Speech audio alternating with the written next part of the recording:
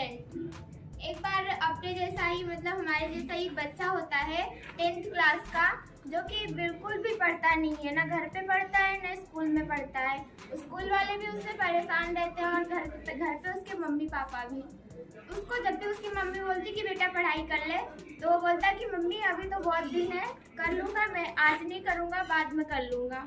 उसकी एग्ज़ाम आने वाली थी, उसकी मम्मी को टेंशन हो रही थी कि बेटा एग्ज़ाम आने वाली है, अब तो पढ़ाई कर ले। तो वो बोलता है कि मम्मी अभी तो 6 महीने बाकी है, बहुत दिन है, अभी तो कर लूँगा बाद में। फिर उसके ऐसे ही करते करते उसकी मम्मी बोलती रहती है, उसको कोई फ़र्क नहीं पड़ता है। ऐसे करते करते 3 महीने बचते हैं।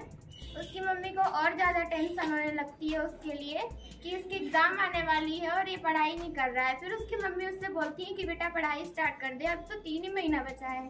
फिर वो बोलता है कि मम्मी अभी तो 3 महीने हैं, कर लूँगा, बाद में कर लूँगा, कल कर लूँगा, ऐसे ही करता रहता है। फिर उसकी मम्मी बोलती हैं कि ये ऐसे नहीं मानेगा, इसके लिए कुछ और उपाय ढूंढना पड़ेगा। फिर वो दिमाग लगाती है और एक दिन उसके लिए एक कटोरी खीर बनाती है। बच्चे को बहुत ज़्यादा पसंद थी, उसके लिए खीर परोस के लेके आती है उसके सामने कि बेटा मैं तेरे लिए खीर बनाया है, खा ले इसे। तो वो खीर खाने के लिए आगे हाथ बढ़ाता है।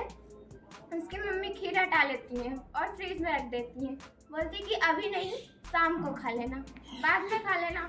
फिर शाम को एक और कटोरी खीर बनाती हैं और बोलती बेटा खीर बनाई है तेरे लिए।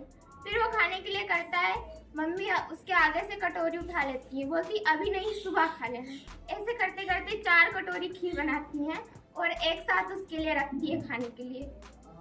फिर बोलती हैं कि अब तू खीर खा। एक कटोरी खीर वो बड़े मज़े से खाता है क्योंकि उसे खीर बहुत अच्छी लगती थी।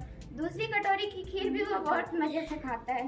तीसरी कटोरी की खीर आधी खाता है और बोलता है मम्मी अब नहीं खाया जाएगा। मम्मी 2-4 लगाती है खींच के और बोलती हैं कि खा, ख़त्म कर इसे।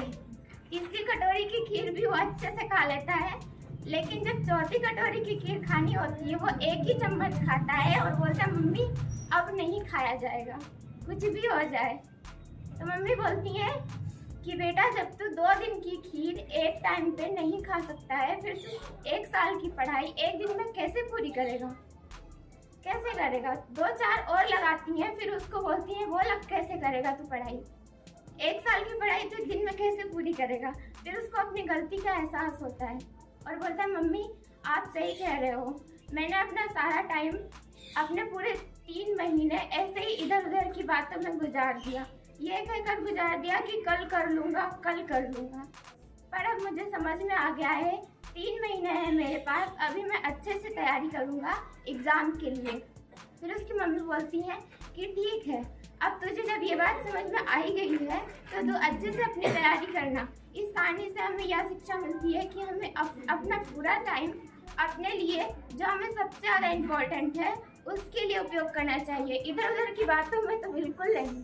क्योंकि जब एक बार समय चला जाता है तो लौट कर नहीं आता है, कभी भी नहीं आता। Thank you.